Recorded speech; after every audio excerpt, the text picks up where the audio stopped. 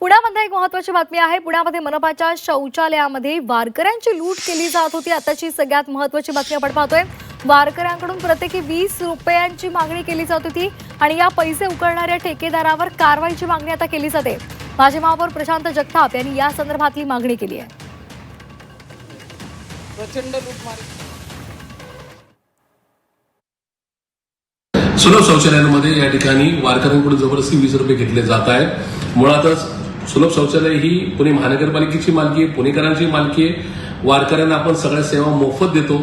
असं असताना या ठिकाणी भाजपच्या सत्तेच्या काळामध्ये या वारकऱ्यांकडून जबरदस्तीने त्यांना अगदी दमदाटी करून 20 रुपये गोळा करण्यात आले। त्यांना विनाशुल्क ते सुलभ शौचालय वापरण्यात मनाई करण्यात आली।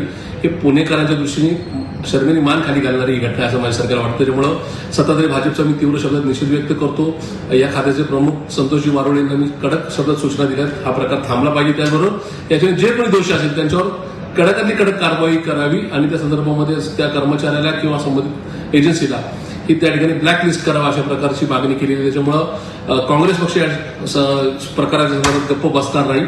जे दोषी असेल त्यांच्यावर कारवाई व्हावी आणि भाजपने पुणेकरांची वारकरी संप्रदायाची माफी मागावी ही या ठिकाणी आम्ही मागणी करत आहोत।